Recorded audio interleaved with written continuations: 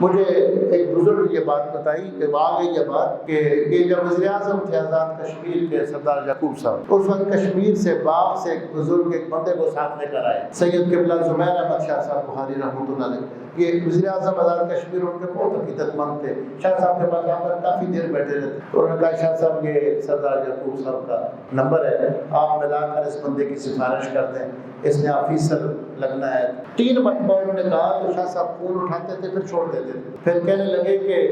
میں سردار یعقوب کی آخا یا اس کے رب کی آخا، کہ میں سردار یعقوب کو کہوں یا اللہ سے کہوں؟